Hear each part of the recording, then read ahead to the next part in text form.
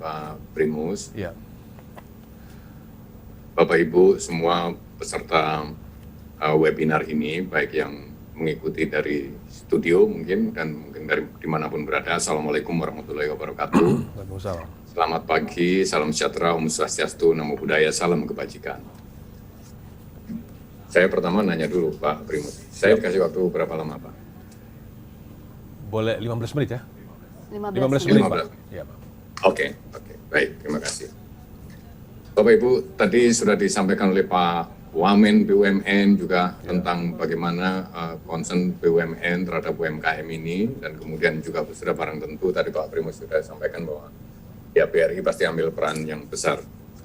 Namun ini sudah berkali-kali disampaikan, saya ingin kembali lagi share kepada publik, kepada media bahwa kira-kira struktur pengusahaan, struktur usaha di Indonesia itu seperti apa. Maka izinkan saya menampilkan slide ini. Tolong teman-teman. Jadi inilah yang tadi oleh yang mewakili dari Kementerian Koperasi dan UMKM, kemudian disampaikan oleh Pak Wamen BUMN, Pak Kartiko. Ini datanya memang seperti ini, sumbernya memang dari Kementerian Koperasi dan UMKM, bahwa ternyata 99% entitas bisnis di Indonesia itu bentuknya masih kira-kira kelasnya itu masih UMKM. Hanya 0,01 entitas bisnis itu yang berusaha berupa korporasi besar. Dan kemudian lebih spesifik lagi kalau kita bedah di dalam UMKM, 98,68% itu mikro. Dan kemudian kecil itu 1,22% dan kemudian menengah itu justru cuma 0,09. Jadi begitu piramidnya kira-kira. Dan kemudian nanti kita lihat bagaimana peranannya gitu. Dan meskipun jumlahnya memang 99%, tetapi pengaruhnya terhadap PDB itu 60,9%. Tapi itu juga menurut saya signifikan gitu. Karena apa? Berarti yang lain kan PDB kita 39, sekian, itu ngumpul disumbang oleh korporasi besar yang hanya sekian persen itu, yang hanya sekian persen itu. Artinya memang peranan pemerataan kelihatan cukup sangat dominan di situ. Dan kemudian yang lebih fantastis lagi adalah bahwa ternyata 97% tenaga kerja kita terserap dan tertampung di UMKM. Inilah yang menurut saya paling strategis. Nah, mari kita bicara krisis tahun lalu dan sampai hari ini. Gitu. Kalau kita ngomong tahun 98, itu ada krisis besar, terutama yang melanda kita dan kawasan Asia Tenggara, bahkan itu sebenarnya krisis itu kawasan sebenarnya, gitu, dan tidak global seperti hari ini.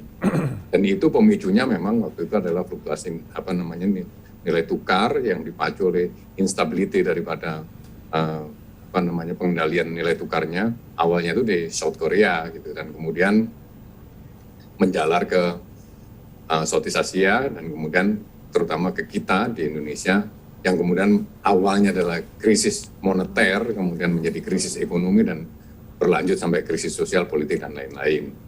Dan kita lihat indikator dari perbankan itu sungguh buruk sekali, mana KAR perbankan itu minus 15,7, NPL-nya melonjak 48,6%. Berikutnya juga krisis terjadi 10 tahun kemudian, 2008. Pemicunya kemudian kegagalan korporasi di Amerika, dan kemudian 2013 juga demikian, lebih dipicu oleh kegagalan salah satu state di Eropa gitu, dan kemudian krisis itu kembali lagi adalah krisis di sektor finansial sebenarnya. Dan kemudian berakibat pada yang kena paling suku bunga, dan kemudian selain interest rate juga nilai tukar gitu, dan kemudian pasti pengaruhnya terhadap inflasi dan lain-lain, karena orang meresponnya biasanya dengan kebijakan moneter. Dan kemudian itu juga sampai 3 krisis itu yang paling terdampak ada duluan, yang paling merespon kena dengan duluan terimbas itu adalah segmen korporasi. Nah, krisis 2020 yang sampai hari ini itu sebenarnya memang karena penyebabnya adalah bukan moneter, bukan finansial, bukan ekonomi. Penyebabnya adalah penyakit gitu. Maka kemudian tidak pandang bulu. Jadi semuanya kena. Bahkan yang paling rentan sebenarnya dari sisi kekuatan permodalan dan lain-lain itu adalah UMKM. Sementara semuanya serba jangka pendek gitu. Jadi orang kerja untuk besok, paling minggu depan gitu. Dan kemudian kalau misalnya cadangannya itu kena, ya sudah jangka waktu. Sementara dia harus tidak bekerja. Dan kemudian itulah yang membuat UMKM itu sangat terpukul di krisis kali ini dibandingkan korporasinya. Kalau korporasinya mungkin lama karena dia masih punya cadangan, tapi kalau kena juga lama juga sembuhnya. UMKM ini cepat kenanya, tapi kalau ada sesuatu yang membolehkan untuk beraktivitas kembali pulih, itu cepat juga. Logikanya yang sangat sederhana aja. Kalau warung-warung kemudian disuruh tutup karena lockdown, ya tutup ya, kemudian kena dia. Gitu. Tapi begitu seminggu ditutup, kemudian disuruh buka lagi, ya hidup lagi. Itu kira-kira nggak seberat kalau korporasi kalau kena gitu. Kenanya pelan-pelan, tapi kemudian mau memulai lagi juga butuh bulanan, butuh tahun gitu untuk bisa normal kembali. Itulah kira-kira karakteristik krisis ini terhadap UMKM. Lanjut. Dan kemudian kalau sudah seperti itu dan ternyata kemudian ekonomi kita juga terkonstruksi cukup dalam, meskipun tidak sedalam negara-negara lain, kita masih bersyukur karena konsumsi kita juga mungkin masih nggak sedrop di negara-negara lain, maka kemudian bagaimana menggerakkan ekonomi ini, kan temanya ini kan bagaimana UMKM bisa bangkit dan menggerakkan kembali ekonomi. Maka dalam situasi seperti ini, kembali lagi, tadi kita bilang ya, bahwa penyerapan UMKM itu terhadap tenaga kerja itu sangat dominan. Bahkan kalau kita lihat bahwa filosofinya kan sebenarnya tugas negara adalah mensejahterakan rakyat. Dan cara terbaik mensejahterakan rakyat adalah dengan memberikan pekerjaan sesungguhnya. Jadi kalau mekanisme itu jalan, nggak perlu diberikan apa-apa, cukup diberikan pekerjaan. Tetapi kali ini pekerjaan pun mereka tidak bekerja gitu. Sehingga terpaksa harus memberikan yang berikutnya, yaitu berbagai stimulus. Gitu. Jadi untuk mengangkat kembali pertumbuhan ekonomi, tidak ada jalan lain, kemudian diberikanlah stimulus. Dan stimulus itu dalam bentuk bisa 3 hal. Bisa government investment, itu penempatan dana pen segala macam di perbankan, dan kemudian yang paling sekarang sangat dibutuhkan sesungguhnya adalah belanja pemerintah, yaitu berbagai subsidi itu belanja, ya, dan kemudian banpres, bantuan-bantuan itu adalah belanja. Jadi government spending. Gitu. Dan kemudian apabila tidak dua-duanya itu, maka bisa diberikan kepada yang ketiga. Kalau memang demand sudah muncul, maka kemudian bank didorong untuk memberikan kredit. Dan kemudian kredit itu karena masih dianggap terlalu risiko, dijamin oleh lembaga-lembaga penjaminan yang preminya dibayari oleh APBN. Itulah kira-kira stimulus yang harus diberikan. Kenapa? Karena memang mekanisme bisnisnya secara normal sudah terganggu. Gitu. Yang tadi itu, yang karena kalau normalnya kan nggak perlu diberikan apa-apa rakyat itu, cukup diberikan pekerjaan. Dengan bekerja mereka bisa mencari pendapatan. Tapi kalau kerja saja nggak bisa, ya harus diberikan seperti ini untuk menstimulasi supaya perekonomian bergerak kembali dan mempekerjakan orang. Gitu. Kira-kira seperti itu. Lanjut. Dan kemudian inilah berbagai kebijakan pemerintah yang dalam rangka memberikan stimulus tadi. Nggak usah saya bacakan satu-satu karena panjang, tapi bagi kami perbankan, BRI, Himbara, ya bagaimana kita segera cepat merespon ini dan kemudian membantu penyaluran berbagai stimulus ini supaya cepat nyampe ke sasarannya dan diusahakan tepat juga sasarannya gitu. Lanjut. Dan tadi itu yang gambar kayak ular tadi itu menggambarkan bahwa 3 hal tadi sebenarnya. Balik lagi. Berbagai di situ mulai dari peraturan OJK, kemudian Perpu, Permenko, PP, peraturan Menteri Keuangan, dan seterusnya. Yang paling banyak adalah peraturan Menteri Keuangan, ada Permen Koperasi juga, Permenaker, dan lain-lain. Itu intinya adalah 3 hal tadi. Apakah pemerintah menempatkan investasinya itu untuk melalui government investment, apakah pemerintah meningkatkan government spending-nya, ataukah pemerintah mendorong penyaluran kredit dengan cara diberikan jaminan. Intinya dari semua ini ke sana, inti dari semua gambar yang urut-urutan itu. Terus Dan kemudian untuk supaya stimulus itu nyampe tepat sasaran, ternyata juga nggak sederhana gitu. Dibutuhkan paling tidak 4 variabel, 4 hal, 4 faktor. Pertama ya duitnya sendiri harus ada. Yang kedua itu data penerima stimulus itu harus jelas dan akurat. Gitu. Dan kemudian yang ketiga adalah sistem, bagaimana menyalurkan stimulus itu melalui sistem yang kredibel dan reliable. Dan jangan lupa yang terakhir, tetap butuh komunikasi yang dilakukan oleh people. Jadi, maka dalam konteks ini BRI pasti dananya disediakan oleh pemerintah, maka kemudian BRI berusaha untuk menyediakan 3 hal itu, ya data, ya sistem, dan people. Kita punya petugas-petugas itu yang sebenarnya sudah kemarin tuh nggak kerja bisnis secara langsung, justru banyak melaksanakan penyaluran berbagai program itu. Nggak usah ditanya dapat apa, karena kita memang harus dorong itu supaya penyaluran berbagai stimulus itu nyampe di sasaran dan kemudian menggerakkan perekonomian melalui mekanisme government intervensi lah saya katakan, melalui stimulus itu. Terus, dan kemudian dalam situasi seperti ini, maka saya katakan kunci yang penting adalah demand. Bagaimana kita meng-create demand melalui berbagai stimulus tadi. Maka kemudian strategi BRI ya bisnis follow stimulus, kira-kira seperti itu. Ada data Bapak Ibu sekalian, mungkin sudah kita dengar dari uraian Ketua OJK kemarin bahwa ternyata kredit secara nasional tumbuh minus 2,42%, ya. Dan kemudian minus 2,42%, kemudian Bank Himbara saja tumbuh 0,63%, 0,63% kreditnya. Kemudian yang besar pertumbuhannya itu justru di BPD dan Bank Syariah. Tetapi secara nasional minus 2,42%. Gitu. Dan padahal segala macam stimulus tadi sudah diberikan, likuiditas diberikan. Likuiditasnya ternyata nggak tersalurkan dengan baik, artinya bahwa ternyata kuncinya memang di permintaan.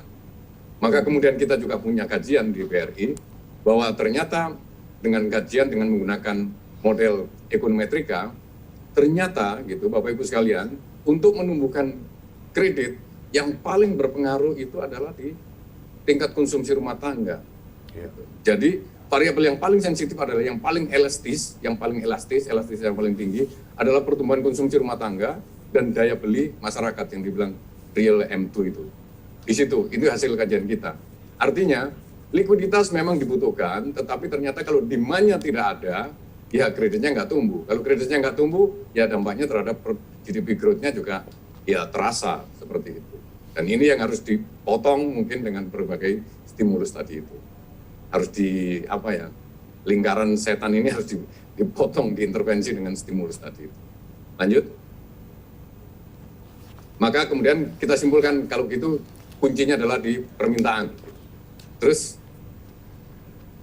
dan kemudian inilah realisasi penyaluran oleh BRI, berbagai implementasi yang tadi saya bilang, kuncinya permintaan, dan permintaan itu didorong oleh berbagai stimulus, dan ini adalah implementasi dari berbagai stimulus tadi. BRI sudah merestrukturisasi 218,7 triliun kredit, dan itu mayoritas pada UMKM, meliputi 2,83 juta nasabah. Dan kemudian penempatan dana pemerintah itu dalam bentuk deposito 30 triliun. Dan kita sudah salurkan itu 3 kali lipat. Karena syaratnya memang kita komit untuk menyalurkan dalam bentuk kredit 3 kali lipat. Dan kemudian kita juga ada tambahan penempatan dana, yaitu totalnya 45, totalnya 45, 30 sama 15. Dan kemudian ada penjaminan kredit UMKM, kita sudah salurkan itu dalam bentuk kredit yang berjaminan itu 8,82 triliun, dan itu 14.528 nasabah. Dan kemudian ada PMK 85, itu juga subsidi bunga, itu diterima oleh 6,57 juta nasabah.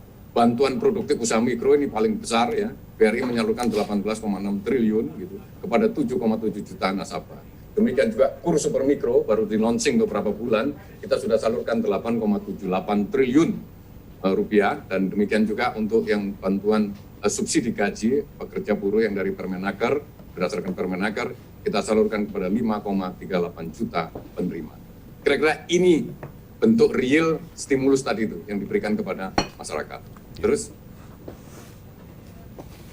dan kemudian ini juga masih bentuk-bentuk bantuan sosial reguler, bantuan sosial terkait COVID yang sudah dilakukan. Gak usah saya bacakan satu persatu karena saya ingin sampaikan urutannya tadi itu. Bahwa butuh stimulus dan kemudian untuk create demand dan kemudian dari demand lah nanti timbul bisnis itu muter kembali menuju normal. Terus, dan kemudian ini adalah fokus BRI untuk mengembangkan UMKM gitu. Jadi BRI memang main di UMKM, tetapi sebenarnya berapa besar sih porsinya? Selama ini porsinya nggak pernah mencapai 80%, paling 70, paling tinggi 78, kemudian 75, bolak-balik seperti itu. Dan untuk kali ini pertama kali BRI tembus porsi kredit UMKM-nya adalah 80,65%. Nah, tantangannya adalah kalau begitu BRI kalau fokus saja ke UMKM dan kemudian tantangannya adalah mencari sumber pertumbuhan baru.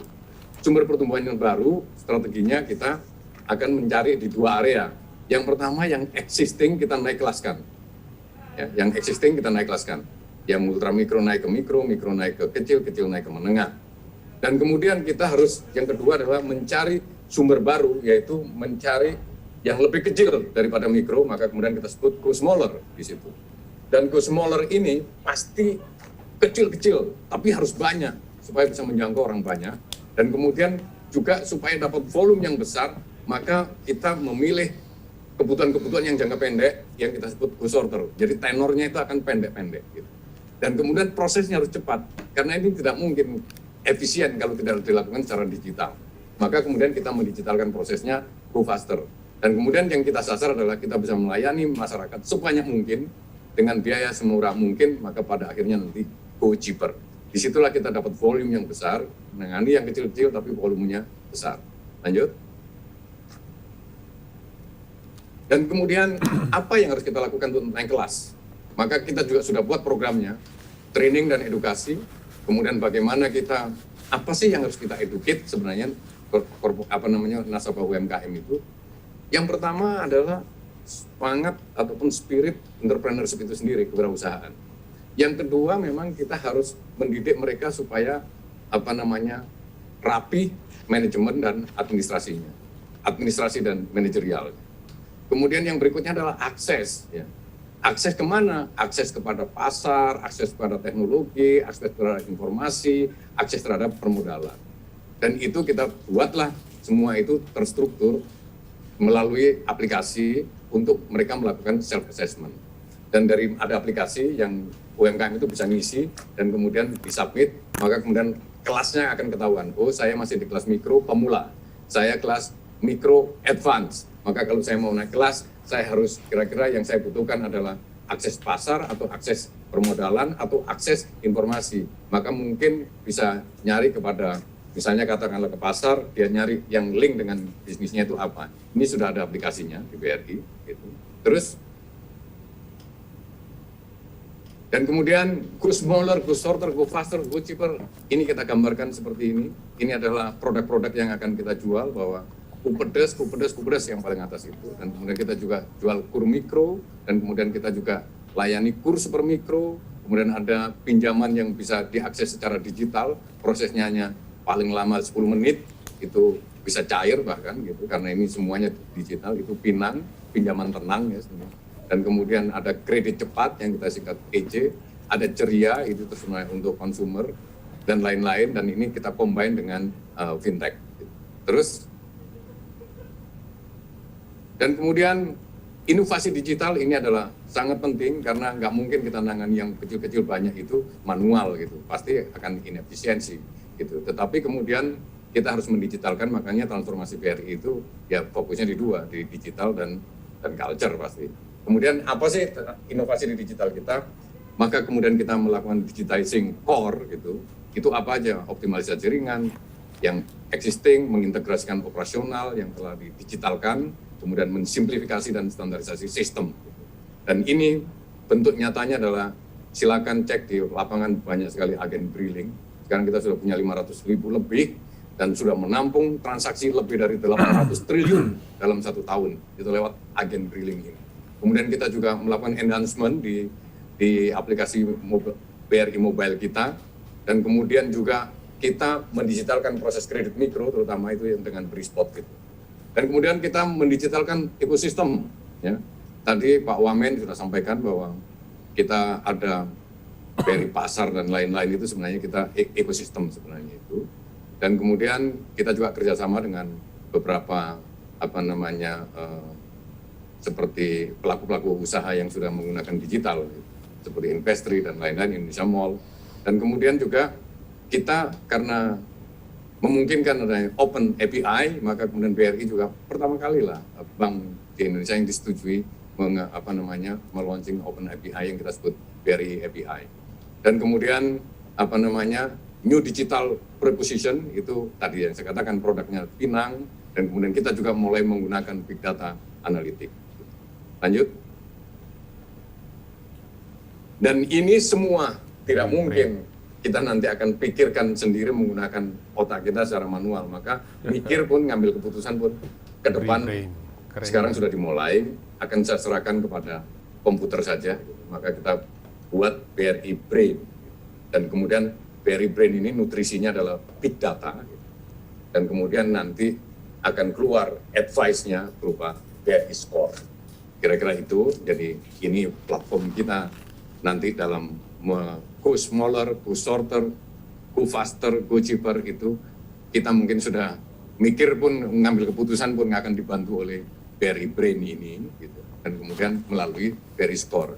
Inputnya pasti, nutrisinya adalah data gitu. Maka kemudian yang tadi Pak Wamen sampaikan, integrasi pelayanan ultramikro sesungguhnya yang paling penting itu adalah mengintegrasikan data supaya kita memberikan berbagai stimulus itu bukan atas dasar feeling saja, bukan atas dasar asumsi-asumsi saja, tetapi benar-benar menggunakan data yang real dan kemudian diproses itu melalui AI, melalui artificial intelligence. Yang kemudian kita jabarkan dalam bentuk BRI. Lanjut. Dan kemudian inilah sumber pertumbuhan BRI ke depan. Ekosistem pasar, ekosistem digital, dan ekosistem desa. Terus, dan kemudian digital, ekosistem pasar itu, ya melalui digital kita lakukan edukasi, dan kemudian memberikan edukasi tentang transaksi non-tunai, edisi mobile, kemudian melalui QR dan lain-lain. Promosi di situ membantu pemasaran melalui web pasar, melalui sosmed, dan lihat di sebelah kanan itu ada model-model pekerjaan baru itu, bahwa di pasar-pasar nanti ada kurir gitu yang pakai seragam BRI seperti itu, yang melayani transaksi ibu-ibu rumah tangga dari rumah, nggak perlu datang ke pasar. Dan kemudian yang jualan juga nggak perlu didatangi, dikeruputi oleh ibu-ibu yang beli sayur mayur dan lain-lain. Karena transaksinya lewat digital, lewat online, dan nanti akan diantar oleh kurir yang pakai seragam BRI seperti itu. Dan itu adalah pekerja-pekerja yang dipekerjakan oleh pengelola pasar. Terus, dan inilah web pasar yang tadi disampaikan, itu di seluruh Indonesia ada 14.182 pasar PC, meliputi 2,5 juta pedagang, dan dalam waktu beberapa bulan sudah kita web pasarkan itu 4.500. Keren ya. Dan kemudian itu realisasinya dan sebarannya. Terus, dan ini kerjasama kita dengan ekosistem digital. Lanjut. Dan kemudian ini kita sebut ekosistem desa, maka kita akan fokus ke klaster pengembangan melalui pelatihan, off-taker, penerapan teknologi yang memberikan nilai tambah, dan peningkatan kapasitas, dan kemudian sertifikasi produk. Kemudian kita fokus kepada penciptaan produk unggulan di masing-masing daerah atau wilayah, dan kemudian kita buat desa brilian yang outputnya adalah sebenarnya kita ingin meningkatkan literasi keuangan dan mengaktifkan badan usaha milik desa sebagai penggerak ekonomi, dan pada akhirnya meningkatkan PAD dan juga mendorong proses-proses penciptaan produk unggulan. Terus, agen Briling yang saya katakan, agen Briling ini adalah wajah BRI masa depan, di mana jaringannya nanti itu benar-benar mengikuti sharing ekonomi yang sebenarnya, di mana tidak perlu BRI invest berupa outlet ataupun jaringan fisik, tetapi bisa di-share dengan warung-warung, di desa-desa, di gang-gang, di perkotaan, maka masyarakat bisa menjadi cabang daripada BRI itu sendiri. Dan alhamdulillah sekarang sudah jumlahnya 504.000 Dan kemudian serem juga itu ya, sales volumenya ternyata tahun lalu 2020 sudah meliputi transaksi 843 triliun. Fee-based-nya nggak usah dibacakan, gitu, karena itu juga di-share, itu yang bagian BRI, yang bagian masyarakat pasti 3 kali lipat dari itu. Jadi masyarakat mendapatkan fee 3 kali dari yang diterima BRI itu, kira-kira 3 triliun lah, kira-kira fee yang dinikmati oleh 504.000 agen briling itu. Dan ke depan bisa memberikan referral microloan, referral untuk saving ataupun paling tidak BSM, basic BSA, basic saving account, dan juga akan menjadi referral untuk layanan asuransi mikro. Terus, dan kemudian yang penting sekarang, seberapa optimis kita akan membangkitkan kembali perekonomian Indonesia melalui kontributor utamanya, yaitu UMKM. Maka BRI mengembangkan namanya BRI Micro and SME Index, yang kami sebut BMSI. Itu mengukur apa? Satu adalah mengukur indeks aktivitas bisnis. Itu adalah indeks aktivitas bisnis, artinya mengukur real kegiatan bisnis. Balik-balik dulu di definisi. Jadi mengukur aktivitas bisnis mikro, ya. Dan itu ada indeks situasi sekarang dan indeks ekspektasi 3 bulan ke depan. Maka kemudian ada indeks sentimen bisnis. Ini menilai secara umum atas kondisi bisnis yang merupakan indeks situasi sekarang, indeks ekspektasi juga ke depan. Terhadap penilaian kondisi perekonomian nasional, kondisi sektor usaha responden, kondisi usaha responden secara umum. Dan kemudian yang ketiga, itu adalah indeks kepercayaan pelaku UMKM kepada pemerintah yang kita sebut IKP. Mari kita lihat hasilnya. Maka bolehlah di akhir presentasi saya ini saya menyampaikan sesungguhnya UMKM itu optimis. Jadi benar kalau Presiden mengajak kita semua optimis, dan ternyata UMKM itu cukup optimis. Dan lihat indeks aktivitas bisnis menunjukkan UMKM membaik dan akan berlanjut di Q4 ini. Kita buat di atas dasar November waktu itu kita buat. Dan kemudian juga kalau kita lihat ini dari indeks aktivitas bisnis cenderung sudah mulai kembali kurvanya itu melihat naik. Lanjut. Bagaimana persepsi sekarang? Dan ini adalah sentimen ya, melihat 3 bulan ke depan. Dan ternyata juga ini kalau ini melihatkan optimisme banget. Yang tadi itu aktivitasnya real, yang ini adalah kira-kira melihat ke depan seperti apa. Dan kemudian juga harapannya ternyata ke depan lebih baik. Terus demikian juga kalau kita lihat indeks kepercayaan terhadap pemerintah, kepercayaan bisnis UMKM terhadap pemerintah itu meningkat. Jadi dari 3 indeks tadi kita bisa simpulkan bahwa sebenarnya pelaku UMKM juga melihat bahwa kita sudah ada di titik bottom dan mulai meningkat, dan demikian juga kepercayaan terhadap pemerintah dan lain-lain. Secara keseluruhan mungkin kemudian terakhir ada datangnya vaksin segala macam, maka ingin saya katakan bahwa ya memang pelaku besarnya untuk mendongkrak perekonomian ini ada di UMKM, maka penting bagi kita untuk selalu optimis. Dan ternyata kenyataannya berdasarkan indeks ini, UMKM kita ternyata optimismenya sudah pulih, gitu. Meskipun belum 100%, tetapi kemudian harapan-harapan itu ada, dan itu penting. Dan kemudian nanti dengan adanya vaksin, mungkin orang merasa lebih aman beraktivitas, maka kuncinya adalah aktivitas ekonomi itu harus pulih. Aktivitas ekonomi, aktivitas bekerja. Kembali lagi karena kita harus mensejahterakan diri kita melalui pekerjaan, bukan melulu mengandalkan stimulus. Sampai kapan stimulus nggak akan kuat kalau terus-terusan seperti itu. Maka kita harus kembali berdiri sendiri dengan tetap memandang bahwa situasi membaik dan kita optimis. Terus selesai. Terima kasih sementara. Assalamualaikum warahmatullahi wabarakatuh. Waalaikumsalam. Waalaikumsalam. Terima kasih Pak Sunarso. Para audiens, kebetulan Pak Sunarso harus meninggalkan lebih dulu karena ada keperluan, tetapi saya mewakili Anda semua barangkali menyampaikan beberapa pertanyaan kepada Pak Sunarso. Pak Sunarso, pertanyaan pertama adalah tahun ini 2021 akankah total kredit BRI menembus 1.000 triliun? Bagus Pak angka psikologis itu Pak.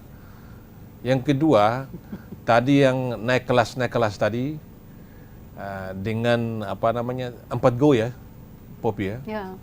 Pertama itu lebih dulu tuh Go apa dulu? go smaller ya. Ya. Paling kecil, go smaller, jadi yang paling kecil ya. Jadi sudah ultra mikro, kalau perlu lebih di bawah lagi. Go shorter, lalu go tapi faster ya, dan kemudian cheaper juga. Ya, go cheaper. Dan ini katanya mau dimungkinkan oleh digitalisasi yang sudah advance. BRI apa tadi? BRI apa namanya tadi yang teknologi tadi ya? Ya, AI itu tadi ya. Salah satunya. Ya. Nah, kemudian bisa Pak Dirut menjelaskan yang naik kelas itu. Biar kita lihat, ada nggak naik kelas yang dari sebelumnya di bawah ultra, menjadi mikro, menjadi kecil, dan seterusnya, Pak. Nah, kemudian terakhir adalah supaya harapan Presiden, harapan kita semua, benar-benar UMKM menjadi engine of growth. Kita bangkit tahun ini, maka kita barangkali sepakat ekonomi Indonesia bangkit kalau UMKM bangkit. Ya. Itu kira-kira pointer syarat apa saja yang perlu diberikan oleh pemerintah dan semua pihak agar UMKM ini bertumbuh cepat. Terima kasih, Pak. Terima kasih Pak Primus. Mungkin saya katakan dulu bahwa mungkin nggak 2021 ini kredit BRI tembus 1.000 triliun. Saya jadi ingat dulu kita pengen aset kita 1.000 triliun lebih. Dan akhir 2016 saya waktu itu masih di sini sebelum ke Pegadaian gitu. Waktu itu aset kita tembus 1.000 triliun itu, tepatnya 1.003 triliun itu tahun 2016 ya, Desember. Dan sekarang mungkin saya karena ada tugas dari Pak Primus tadi itu untuk menembuskan kredit menjadi 1.000 triliun, kita akan usahakan, tapi pasti dengan analisa yang rasional. Kredit BRI sekarang kira-kira 880 triliun lah, untuk sampai akhir tahun, 880 triliun. Untuk 1.000 triliun berarti butuh 120 triliun. Nah, sementara kita mendapat tugas untuk menyalurkan KUR di tahun 2021 ini 152 triliun. 152 triliun. Dan dari penugasan seperti itu 152 triliun pasti kalau dari sisi plafon tercapai. Tetapi kan kemudian harus dikurangi yang melunasi gitu. Biasanya efektivitasnya sekitar 30%. Kalau dari 150 berarti dari KUR saja kita bisa 50. Maka kita mencari 70 lagi. 70 lagi kalau kita bisa kembangkan di menengah sedang saya lakukan transformasi di bisnis model, kira-kira bisa support, dan kemudian korporasi juga tidak berhenti, pasti kita tetap tumbuh, tetapi pertumbuhannya memang saya rem, tidak secepat di mikro, terutama di ultramikro. Jadi dengan begitu, target yang baik itu harus challenging. Dan yang challenging itu artinya 50% aja peluangnya untuk tercapai, dan 50% juga untuk tidak tercapai, baru itu challenging gitu. Jadi kalau ditantang untuk nambah 120 triliun supaya tembus 1.000 triliun, sementara kita akan menyalurkan KUR 150 triliun, maka saya jawab peluangnya achievable. Begitu, jawabannya begitu. Ya, peluangnya achievable, tetapi pasti dengan effort yang luar biasa. Jangan terlalu mudah juga bikin target, kalau terlalu mudah itu bukan target namanya. Gitu. Jadi menurut saya achievable. Analisanya tadi itu, bahwa KUR saja mungkin bisa nyumbang 50 triliun dari total plafon 152 triliun, karena pasti akan dikurangi untuk yang melunasi dan lain-lain. Tapi kemudian kita masih ada segmen-segmen yang lain yang bisa kita dorong. Yang berikutnya adalah tadi menyangkut masalah digitalisasi.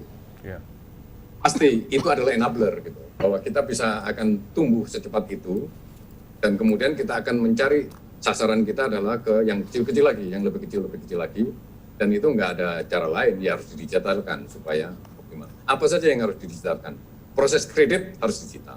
Tetapi kemudian proses kredit digital, kalau ternyata speed of money, velocity of money itu juga terhambat, di mana orang masih harus mengelola uang cash, kemudian ngambil dari pasar-pasar becek, dan kemudian ditampung di cabang, di unit, kemudian itu juga akan menghambat pertumbuhan, percepatan pertumbuhan ekonomi.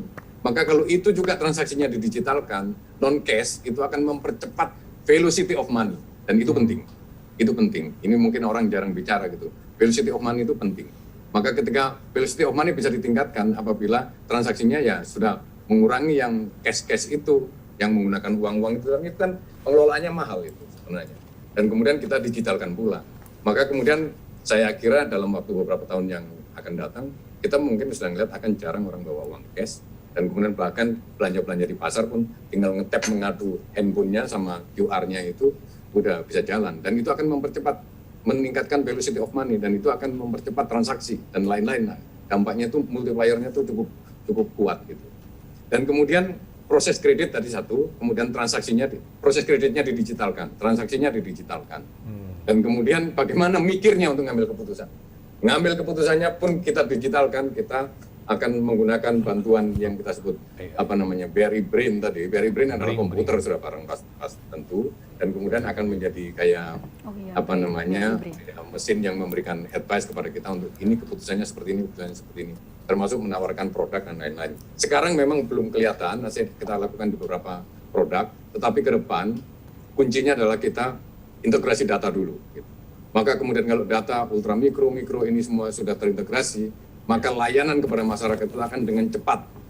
Maka urutannya beginilah, kalau dulu orang mau dapat kredit ataupun pembiayaan secara cepat, itu harus bawa uang ke perusahaan pergadaian gitu kan. Maka kemudian dengan cepat orang bawa uang 15 menit sudah bawa uang, tapi kan harus bawa barang. Tapi kemudian bagaimana? Karena kalau ke bank kan nggak bawa barang gitu, bawa sertifikat atau apa gitu. Tapi kan kemudian bank juga bisa mempercepat prosesnya gitu. Nggak harus bawa barang, nggak harus bawa sertifikat, dan kemudian prosesnya saja dipercepat. Maka kemudian orang pasti memilih yang mudah dan cepat. Kemudian ada yang lain lagi, fintech. Nggak harus bawa barang, nggak harus bawa sertifikat, bahkan nggak harus mengajukan permohonan. Permohonan itu malah nggak perlu, gitu. Justru ditawari, gitu, masuk ke handphone kita. Dan kemudian ada lagi yang lebih cepat dari itu rentenir di pasar-pasar. Karena orangnya didatangi secara fisik, gitu. Hari ini mau belanja apa? Butuh berapa? Kasih 500.000. Bayarnya kapan? Gitu. Bayarnya nanti sore. Dan itu kemudian yang di pasar sering disebut bank 46 gitu. Pagi pinjam 4, sore mengembalikan 6.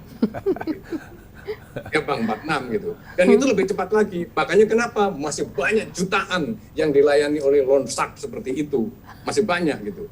Dan salahkah mereka? Nggak salah. Ya karena memang layanannya perbankan, layanan lembaga pembiayaan yang formal belum masuk ke sana. Dan kalau itu kemudian kita sentuh, didigitalkan, maka terjadi efisiensi yang luar biasa. Terus bagaimana nasibnya loan shark itu? Ya harus diakomodir, menjadi agen segala macam, sehingga nggak harus mencekik dengan suku bunga sampai 100-500%. Tetapi kemudian kita menjadi bagian daripada agen segala macam, ngambil margin cukup kecil saja, tapi mereka bisa hidup gitu, karena memang prosesnya diefisienkan. Itulah tujuan daripada jangka panjang digitalisasi itu. Dan yang terakhir, syarat apa untuk bisa tetap tumbuh? Menurut saya tetap harus menggerakkan UMKM, itu yang pertama. Yang kedua, supaya UMKM ini tumbuh, maka yang paling dekat adalah menggerakkan permintaan. Dan kemudian secara besarannya saya ingin sampaikan bahwa infrastruktur juga jangan dipandang remeh. Infrastruktur sudah banyak menyedot kapital, maka kalau itu berhenti, itu akan sia-sia. Dalam artian sia-sia itu tidak segera bisa membangkitkan ekonomi. Maka itu tetap harus dijaga, harus tetap bergerak. Karena apa? Di situ juga multiplier-nya cukup besar. Jadi infrastruktur yang sudah direncanakan dari dulu, mungkin menurut saya itu harus tetap dijaga, tetap berjalan. Kontraktornya tetap dibayar, dan kemudian kontraktornya bisa membayar subkontraktor bisa mempekerjakan masyarakat bekerja, bisa dapat pendapatan, mereka bisa memiliki daya putar kembali, dipercepat kembali perputarannya, supaya kemudian ekonomi bergerak lagi. Ya. Rasanya sih itu yang harus, terutama pembangunan infrastruktur yang berurusan dengan padat karya, itu terutama yang paling penting. Menurut saya itu. Ya. Saya kira itu. Ya, excellent Pak. Terima kasih Pak Sunarso, Dirut PT BRI TBK Pak. Ya. Selamat bertugas Pak.